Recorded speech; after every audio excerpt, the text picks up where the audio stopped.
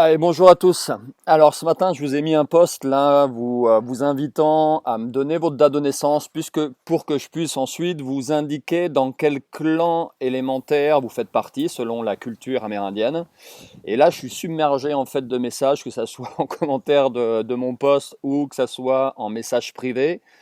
Donc je vais faire une vidéo pour que ce soit plus simple et que vous puissiez l'enregistrer la vidéo et vous y référer quand bon vous semble. Et ce sera peut-être aussi plus facile pour vous de savoir si votre frère, votre soeur, votre maman, votre petit frère, votre enfant, dans quel clan il est, et que vous puissiez avoir toutes les informations, parce que sinon je ne vais pas réussir à répondre à tout le monde. Déjà, je suis particulièrement enchanté que vous vous intéressiez d'une manière ou d'une autre à la culture amérindienne.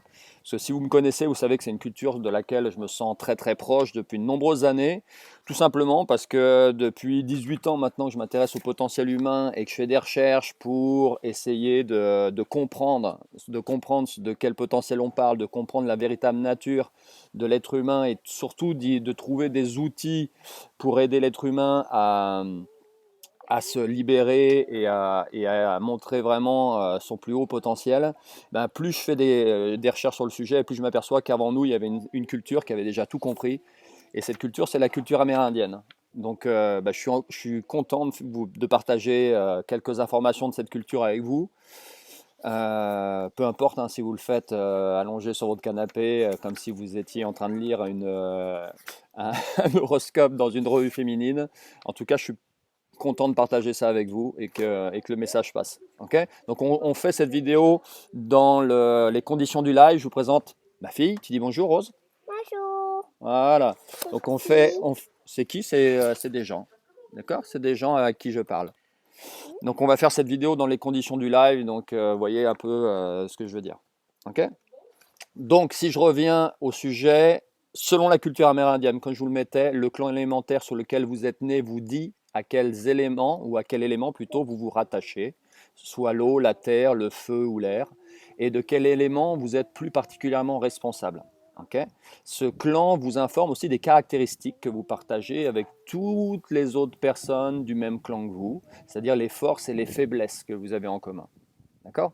Donc si je reprends les différents clans, je vais vous donner les dates de naissance et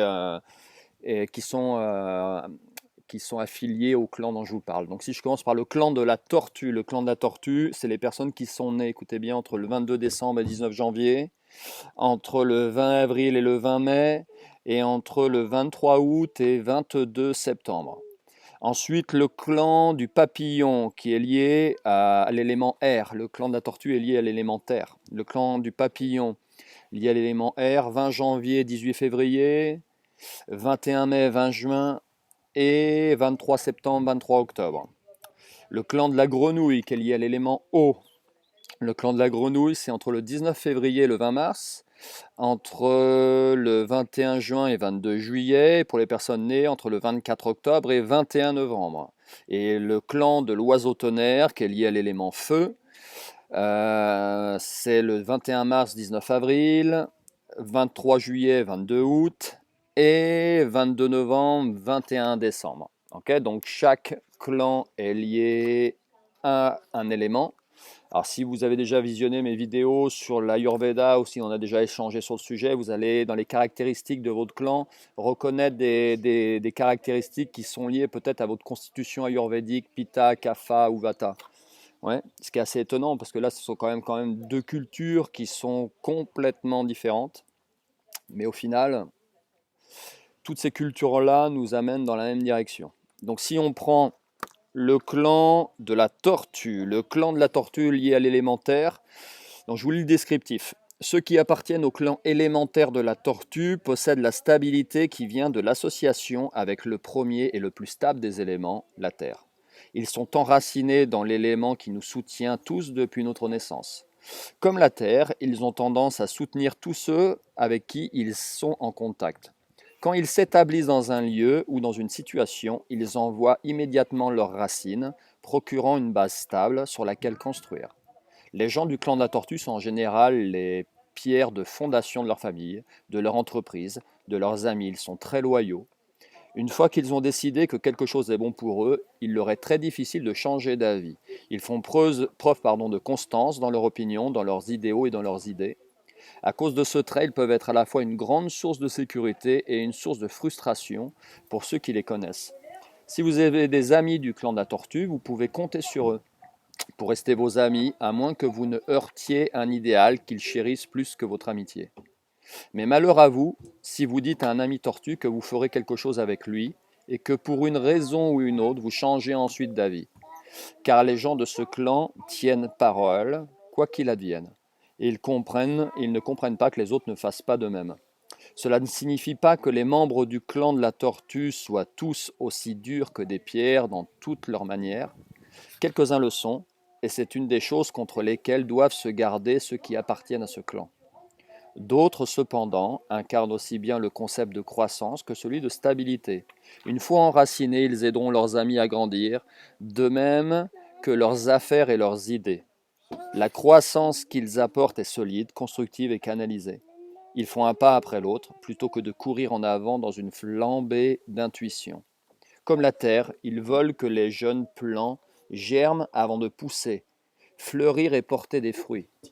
Leur croissance lente rend en général leur changement permanent et constructif. Ma fille est dans le clan des papillons, elle. Si vous mettez en chantier n'importe quel projet nouveau, essayez d'y inclure au moins une personne du clan de la tortue. De la sorte, vous serez sûr que le projet progressera aussi bien que possible.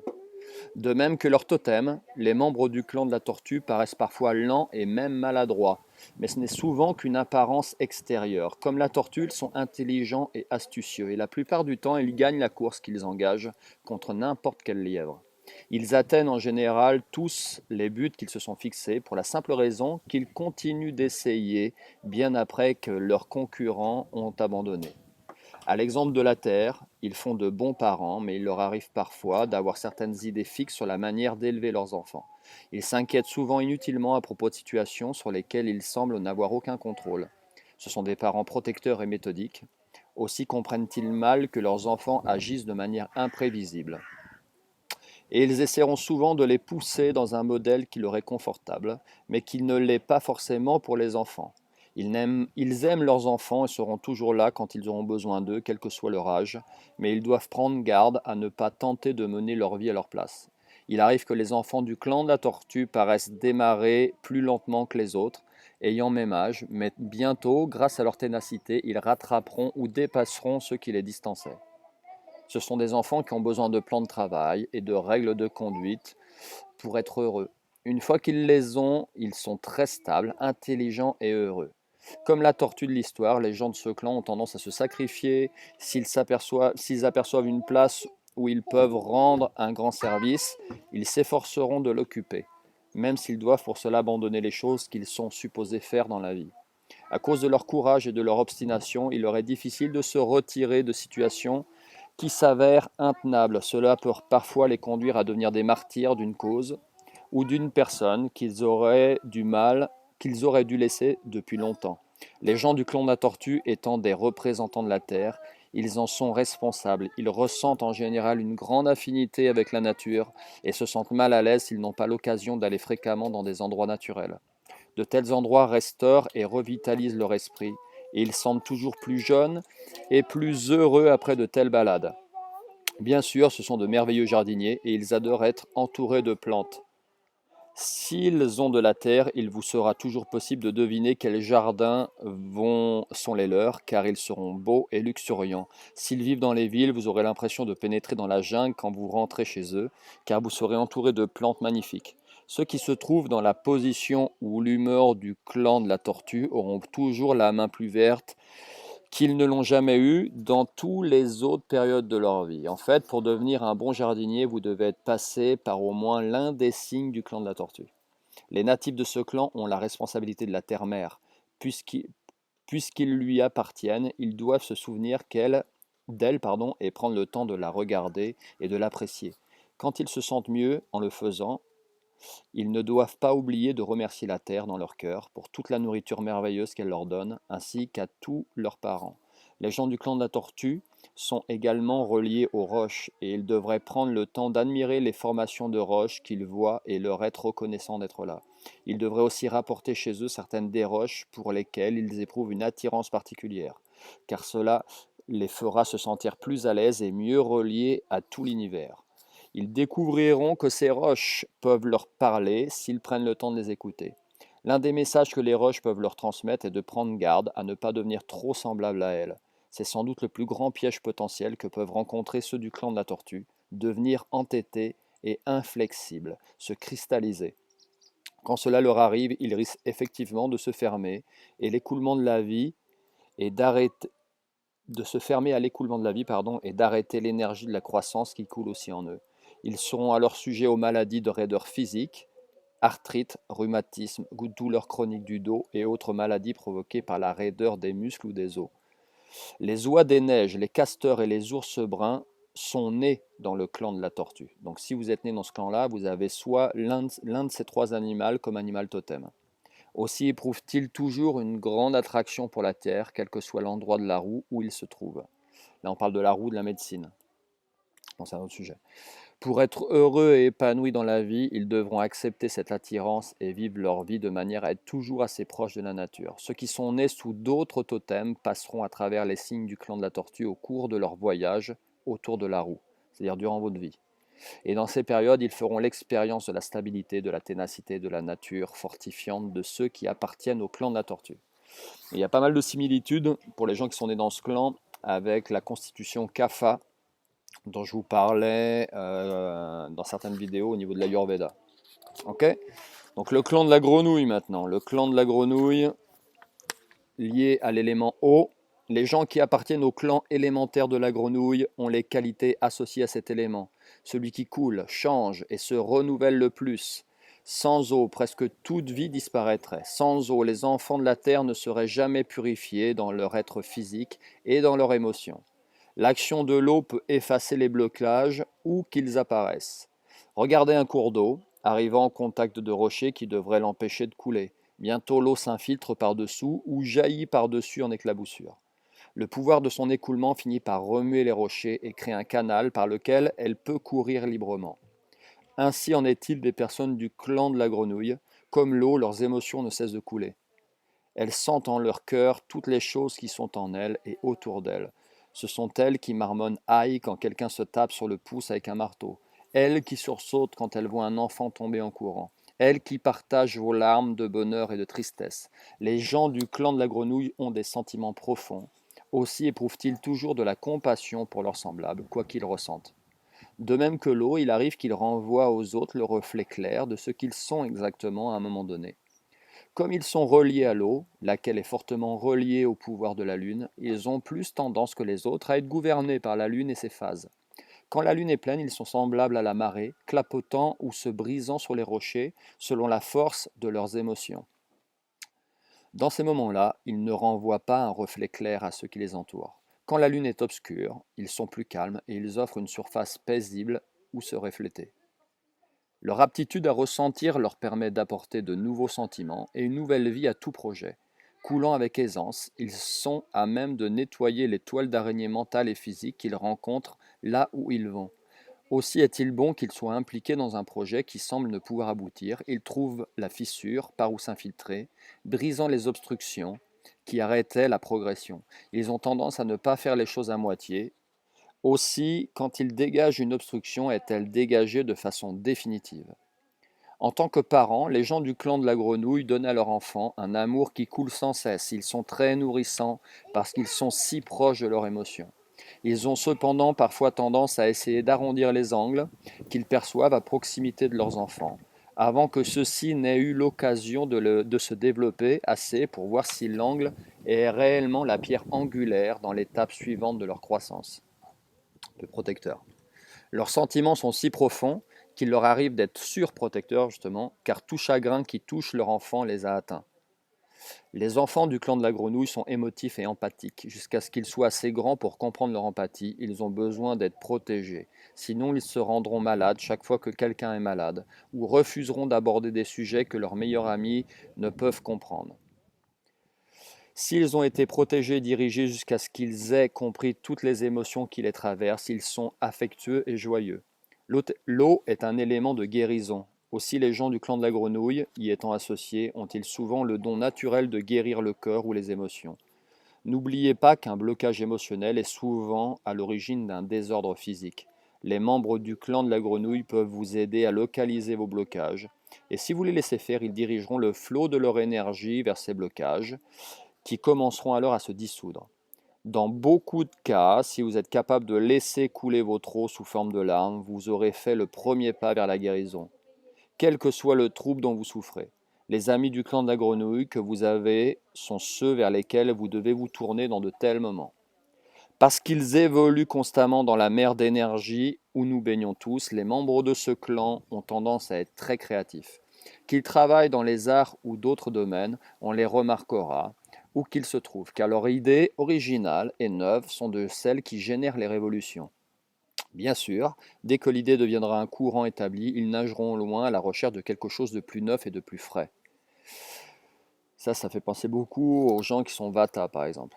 Comme Ripiddo, la grenouille de l'histoire, c'est le nom de la grenouille totem, les gens du clan de l'eau sont toujours à l'écoute de ce qui est nouveau et semble meilleur. Ils sont toujours prêts à flotter dans le sens du courant pour faire l'essai de ces nouveautés.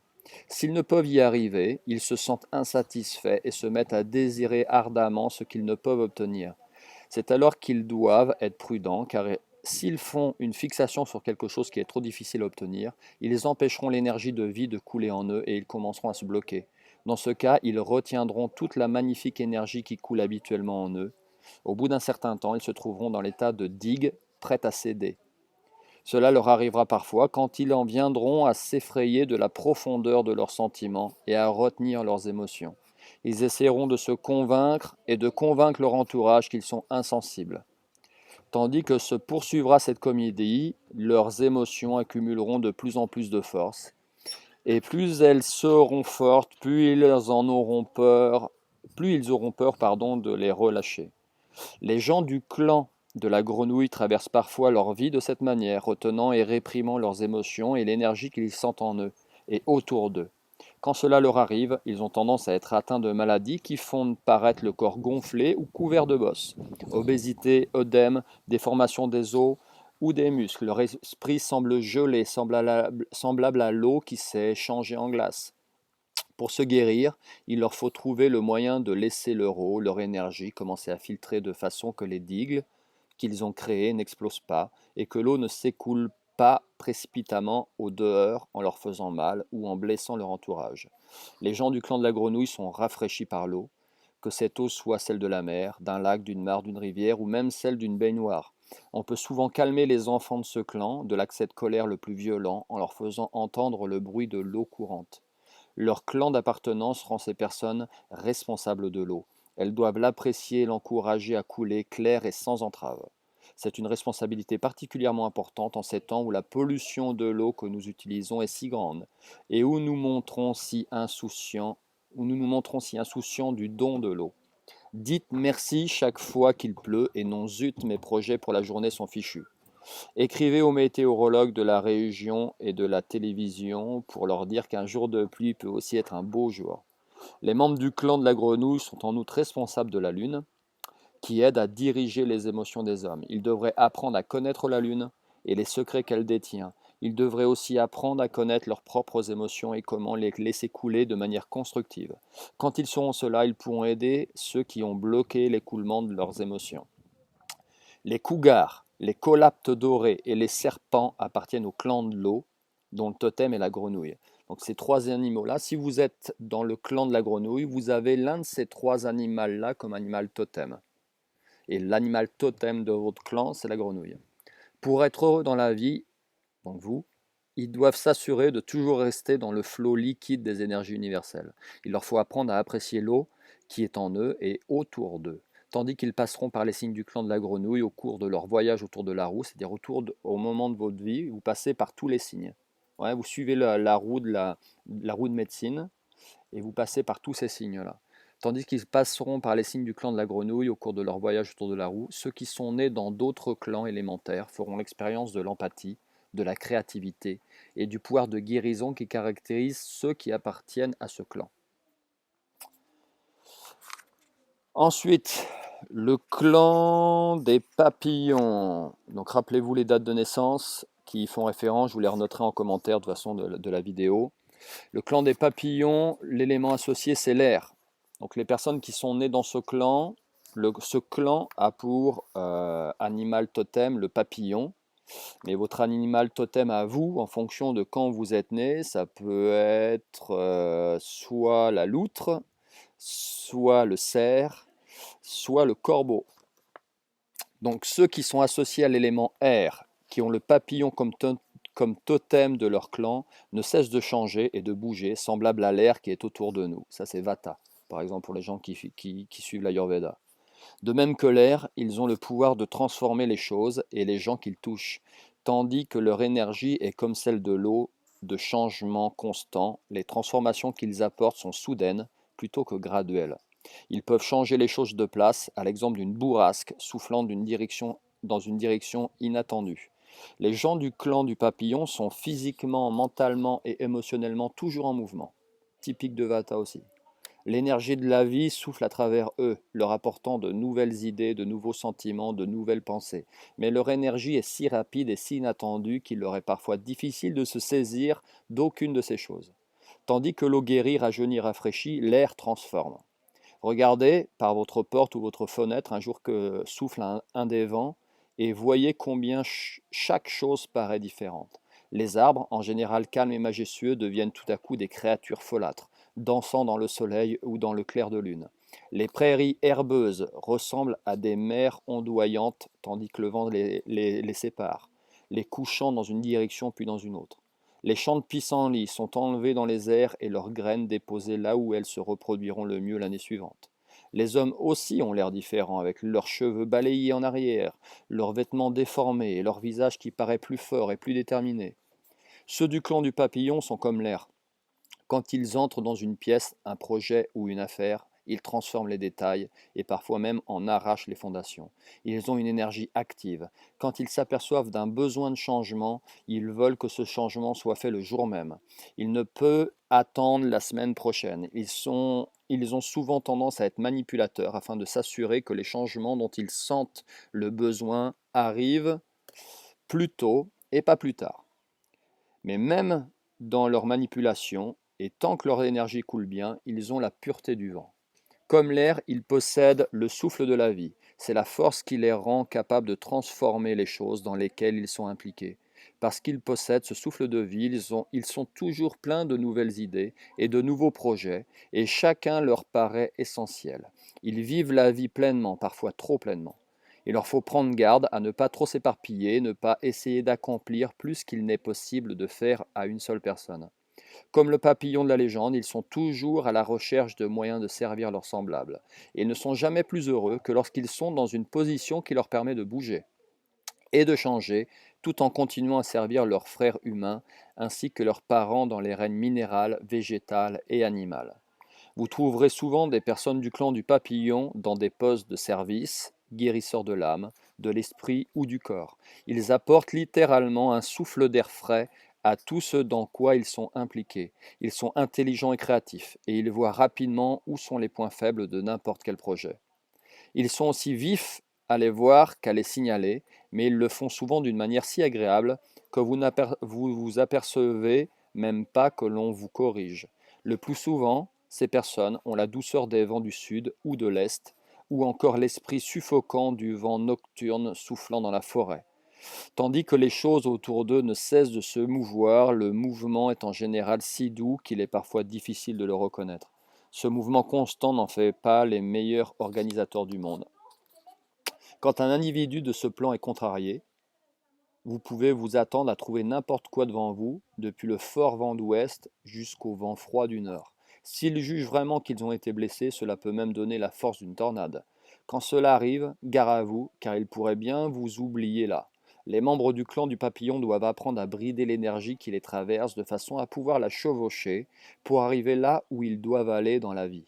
S'ils permettent à cette énergie de souffler à travers eux sans contrôle, ils sembleront au mieux être des personnes désordonnées qui ont tendance à se vanter. Au pire, les vents les feront disparaître. Tout en étant toujours présent et indispensable à la vie, l'air a un aspect aussi violent que pacifique. Les gens du clan du papillon, qui ne brident pas leur énergie de la bonne manière, seront sujets aux maladies qui font sortir l'air hors de vous, ou vous déchirent. Problèmes pulmonaires et cardiaques, congestion cérébrale, état de dissociation mentale. S'ils ont ces problèmes, ils doivent apprendre à diriger leur énergie avec douceur, en évaluant avec soin lesquels parmi leurs nombreux projets sont réellement nécessaires à leur vie. En tant que parents, ils se sacrifient parfois trop pour leurs enfants, car la responsabilité de la parenté leur donne pendant un temps une direction à laquelle ils ne sauraient se dérober. Ils s'investissent tant dans cette direction qu'ils ont tendance à oublier tous leurs autres rêves et projets. Ils prennent leurs responsabilités tellement au sérieux qu'ils font d'excellents et affectueux parents.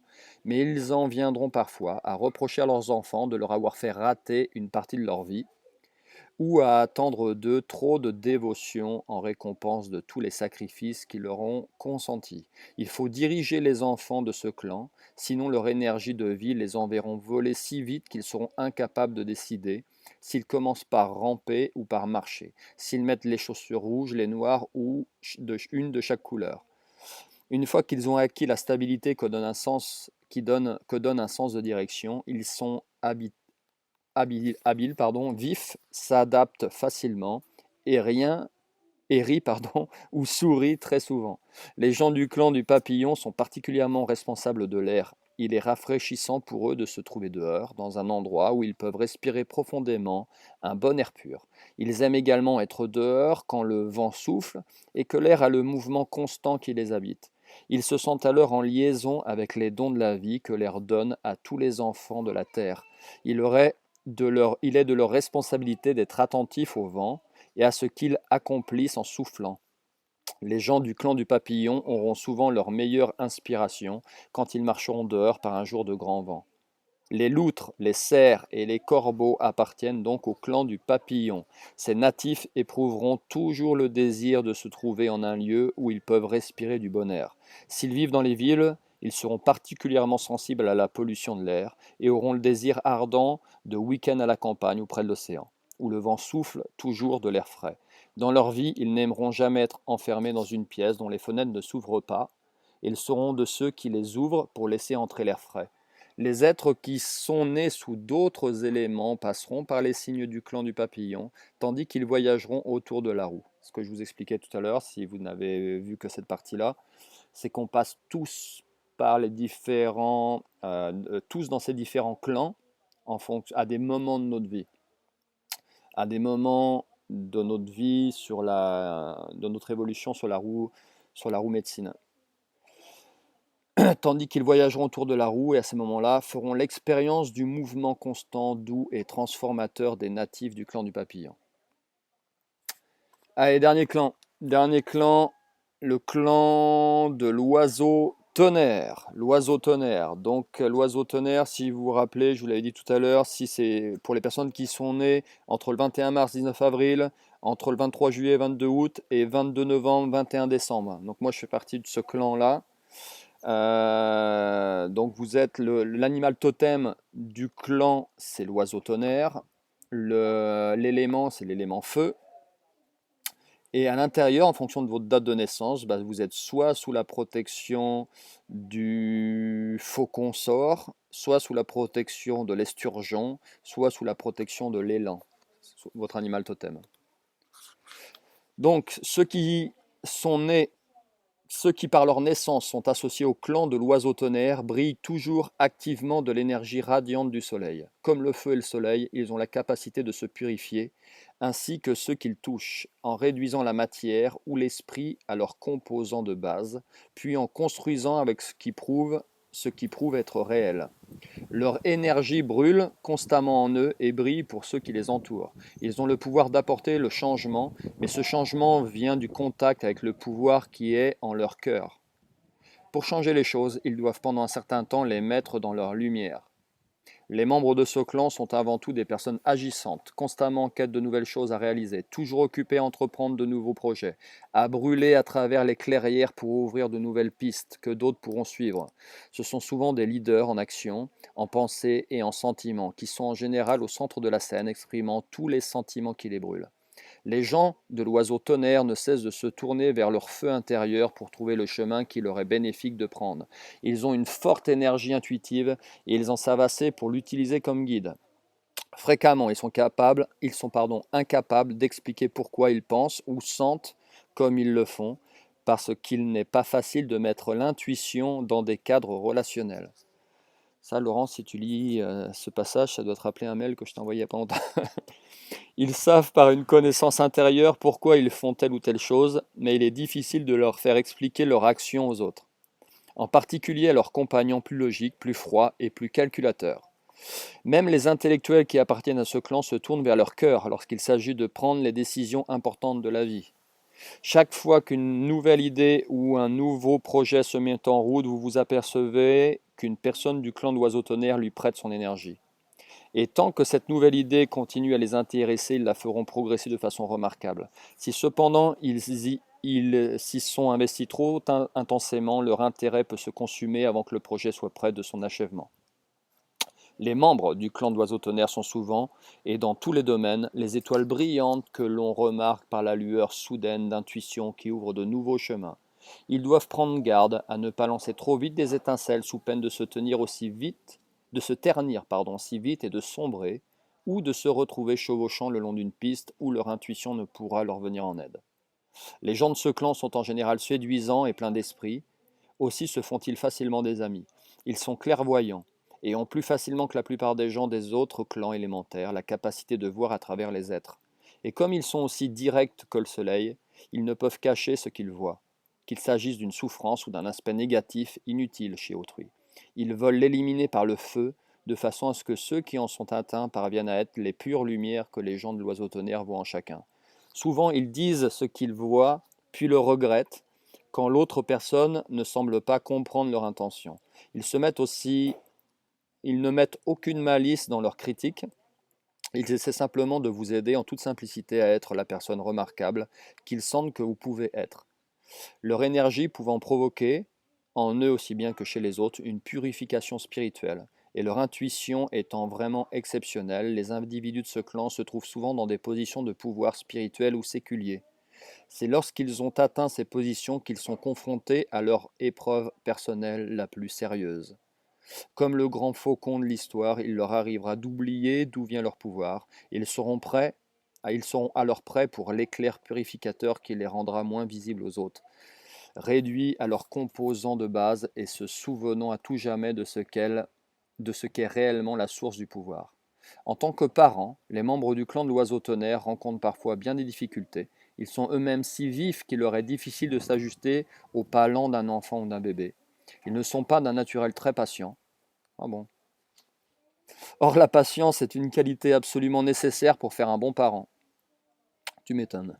L'expérience de la paternité ou de la maternité développera parfois chez eux la patience, ce qui leur évitera plus tard des problèmes. Les gens de ce clan sont généreux et affectueux, ils ne refuseront rien à leurs enfants, mais ils ont tendance à manquer d'esprit de suite en matière de discipline, selon l'intensité avec laquelle brille leur énergie du moment, et cela peut parfois être quelque peu déroutant pour leurs enfants. Ils doivent savoir que ceux-ci ont besoin d'une attention, d'une patience et d'un amour constant, et apprendre comment leur donner tout cela à chaque instant, et non pas seulement quand ils en ont envie. Il leur faut prendre garde à ne pas trop éblouir leur enfant, sinon ceux-ci ne voudront pas quitter leur lumière et trouver en eux l'énergie. Les enfants de l'oiseau tonnerre sont brillants et brûlent presque toujours de l'énergie. Ils ont une tendance certaine à essayer d'apprendre tout ce qui est possible avant même d'être sortis de leur lange. Je connais bien. Ce sont des enfants précoces qui semblent capables de faire n'importe quoi sauf de rester tranquillement assis à la maison. Ils sont ouverts, amicaux et arborent en général un large sourire et un grand clin d'œil. À l'image du soleil, les gens de l'oiseau tonnerre sont directs, chaleureux et toujours pénétrants. Ils apportent une nouvelle vie aux choses qu'ils touchent. Ils ouvrent de nouveaux chemins, font germer de nouvelles graines et réchauffent tout autour d'eux. S'ils n'apprennent pas à contrôler leur chaleur et leur pénétration, ils auront tendance à se brûler complètement pendant leur jeunesse. Quand ils sont trop intenses, ils se consument souvent dans leur propre feu. Ils sont alors sujets à des maladies qui les obligent à ralentir et à se refroidir. Problèmes de cœur, de la tête ou de la circulation. Pour se soigner, ils doivent apprendre à tempérer leur lumière de façon à ce qu'elle brûle paisiblement tout en restant active.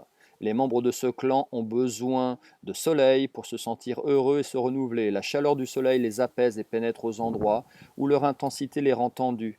Elle les fait se détendre. Ils sont également attirés par le feu, le présent du soleil aux enfants de la terre. Ils sont contents de regarder les flammes de leur cheminée ou d'un feu de camp, et leurs meilleures idées leur viendront souvent lorsqu'ils fixeront les flammes. Ils sont attirés par l'éclair qui vient avec les orages, car c'est l'une des manifestations les plus sauvages et les plus libres de l'énergie qu'ils sentent toujours en eux. Ils aiment mieux l'air avant et après de tels orages. Ils semblent prendre en eux l'énergie radiante de l'éclair et l'emmagasiner dans leur propre centre de lumière. Les gens du clan de l'oiseau tonnerre ont la responsabilité de chacun de ces aspects de leur élément, le soleil, le feu et l'éclair. Ils doivent toujours être reconnaissants pour la lumière et la chaleur du soleil, et pour le don du feu que le soleil père nous a fait afin que nous nous réchauffions quand il part vers le sud.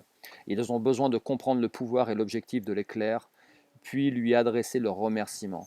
Les faux consorts, et les esturgeons et les élans sont nés dans le clan de l'oiseau tonnerre. Donc si vous êtes né sous une des dates qui fait que vous êtes dans le clan de l'oiseau tonnerre, vous avez l'un de ces animaux comme animal totem.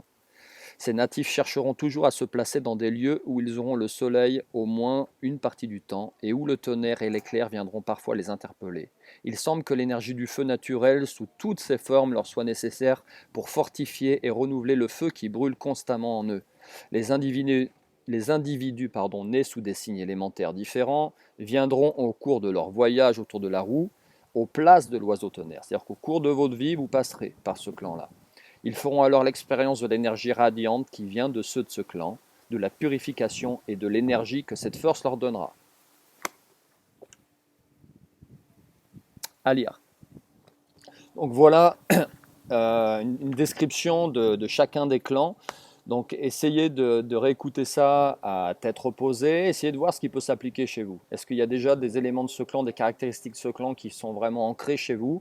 Et prenez conscience que ça peut être aussi des conseils intéressants pour appréhender votre vie et de manière à être complètement aligné, en tout cas le plus aligné possible avec qui vous êtes réellement au plus profond de vous-même. Ok? Allez, à très bientôt.